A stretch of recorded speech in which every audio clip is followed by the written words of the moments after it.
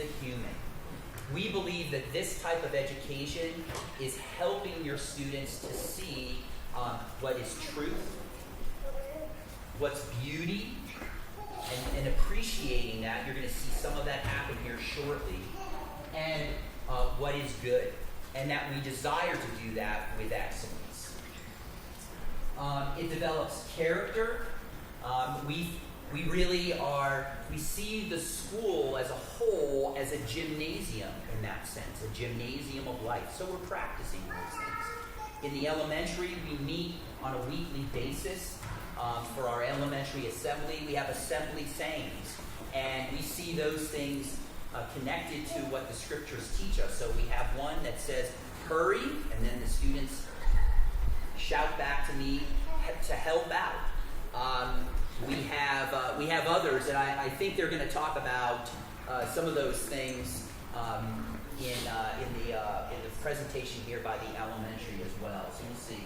And then it trains leaders. We need leaders that are going to stand on principles, that can make strong arguments, and then it cultivates community.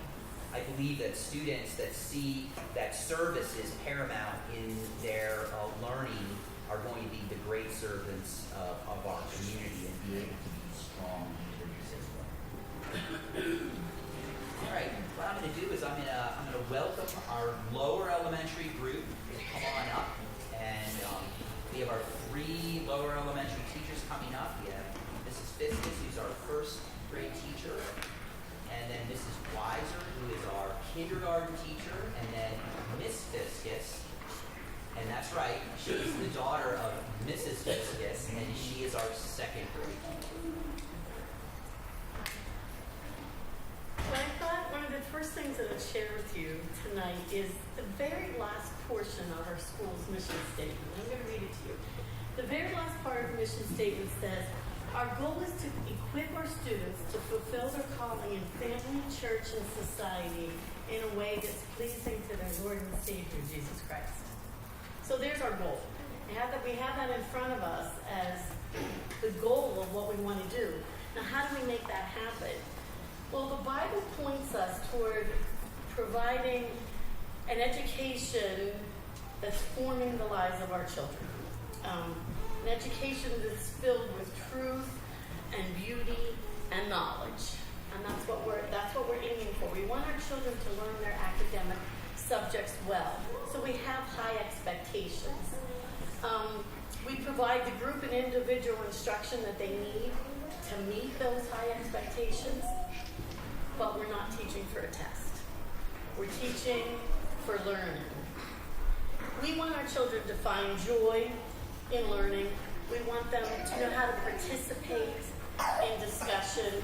We want them to have foundational instruction that they can use for future learning. We want them to consider biblical truths in their social interactions. And we want them to enjoy a good book and remember it for a lifetime because of the ideas and the lessons that they learned when they read that book as a little child. We recognize that our students are made in the image of our Creator. So we want them to recognize beauty, and we want to give them opportunities to be creative. And tonight I brought some of them with us because we'd like to show you just one of the ways that we're working to forming the hearts and minds of our littlest students here at Trinity. One of the things that we do is we begin each morning with a time that we call morning review. God's blessed these little ones with absolutely fantastic memories. It's the way they learn and it's the way they play. So they find joy in learning the way they play. And the children in kindergarten through 2nd grade meet each morning and we review things that we've learned in our phonics lessons. We review things like books of the Bible, important parts of geography, famous people, composers, spelling rules, artists. It's a fun and enjoyable time for us that usually starts with singing scripture. And then we go through all of the things that we've memorized and we end with praise songs. I really wish that all of you could hear those 60 little voices starting our morning with praise. Part of the time that we do in morning review, part of it is spent on what we call school sayings. You need to note when you hear them, there's a few of these school sayings that we're going to show to you, that school sayings came from a lesson that's been taught to them. They've been taught a lesson, and these results are a quick way to recall that lesson. It's part of our language and being able to say something and get the desired response back and help them remember what those lesson truths are. Another part of morning review is I need to tell you that we're in our second year of our Artist of the Month program. Each month we study, in kindergarten, first and second grade together, study an artist. On the second week of each month, we meet together and we learn about the artist's life, about their interests, about the time that they lived in, and about their style of art. And then the third week, we meet again together and we try our hand at art in the style of that famous artist. We also learn 4 important works by each artist. So by the time we send these little ones up to 3rd grade, they'll have in their memory 108 pieces of great art, that they know who it is, that they recognize the name of the piece. In fact, we've even seen them reading books and come running with the book saying, I know this. This has to be a Renoir. Doesn't it look like a Renoir? Not being one of the 4 that they learned. So we're already able to see just touches of how they're taking that memorized information and putting it into their lives. We asked just a few students, some of which are connected to some of you who are coming here tonight, to come to give you a little sneak peek into the middle portion of morning review and how we use their memory.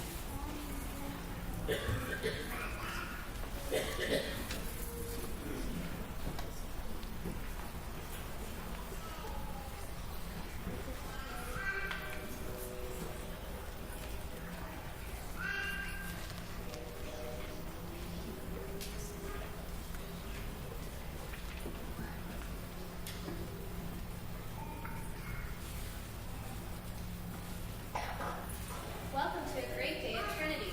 Let's do our evening reviews.